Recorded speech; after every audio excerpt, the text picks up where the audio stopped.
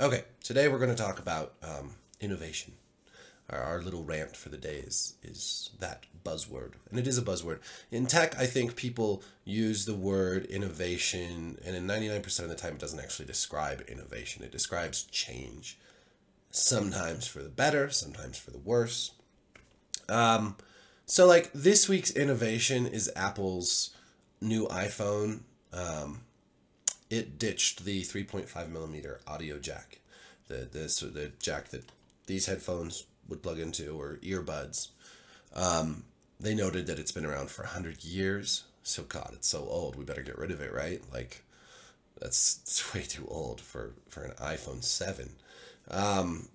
Anyways, they noted it's been around for a long time, and it's only had one innovation in that 100 years, which was taking it from a large jack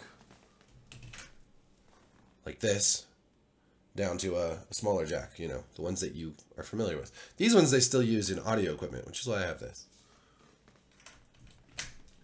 And actually, these headphones have the small jack, but then plug into an adapter for the larger jack, which goes into my soundboard over here. So anyways, that was the only innovation. Now, Apple has been courageous enough to innovate even further and just get rid of the damn thing. Good riddance. So they're getting rid of that, and they say it's to save a little bit of space in the new phone, which is good for the battery and waterproof and all that, water resistance. Which may be true, but honestly, it's not the reason that they're getting rid of the 3.5 millimeter jack. I mean, part of it is so that they can set themselves apart. They're the only phone manufacturer to do this. They're very special. They make their customers feel special. Because a large part of owning Apple products is about feeling special. Feeling like part of a clique.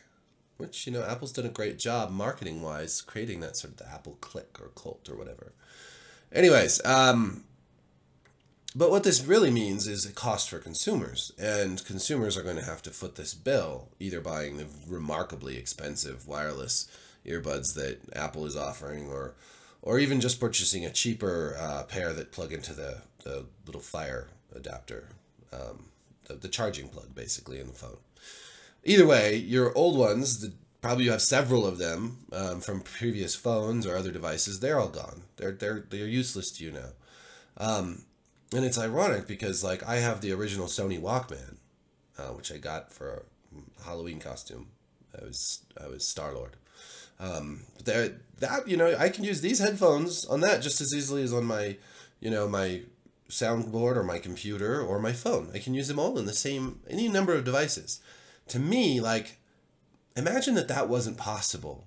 Imagine that all these different devices had different audio jacks. So everyone had to use a different pair of headphones. And then someone came up with this idea and they said, whoa, what if we unified and standardized this and created an audio jack that was universal across all devices, and it would work on your iPod and your phone and your computer and whatever else.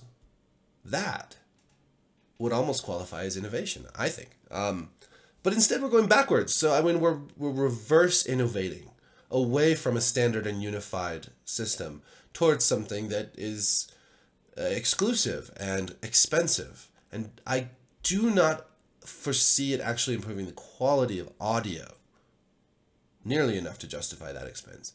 It may improve the quality of the phone, which is a fair argument on Apple's part, but again, I think you could be more innovative and create other ways to fit the battery and to make it more waterproof than taking away something as standard, basic, and cheap as a 3.5 millimeter audio jack. So the real reason that this is happening is so that they can sell more stuff alongside their new phone, and the only way to get them to not do this is to not buy the new iPhone, and that's not going to happen. I mean, people are going to buy it.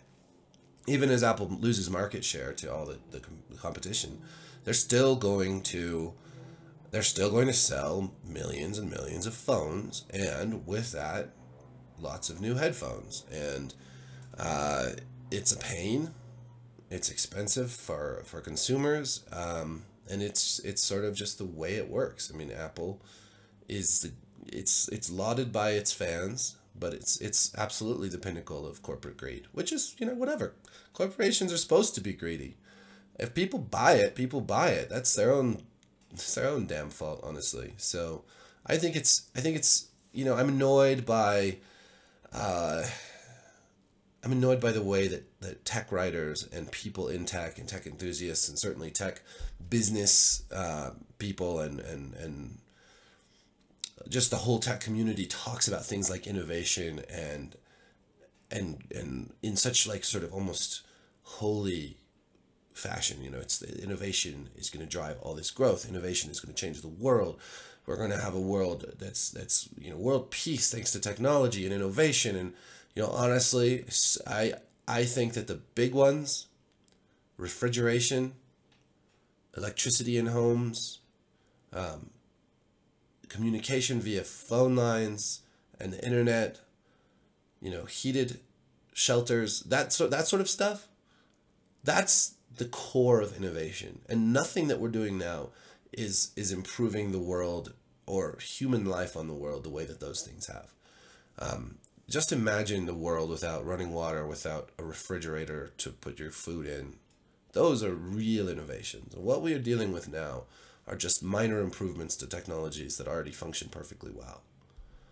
I mean, if we still didn't have smartphones, we would still have, if we just had our flip phones from back in the day, we would still have a remarkable device. Cell phones really did change how we were able to communicate with one another in a really important way. So that's it. That's the word of the day. Innovation. Good job, Apple. You innovated. You innovated away at this 100-year-old technology. It was totally time for it to die. So, good for you. Peace.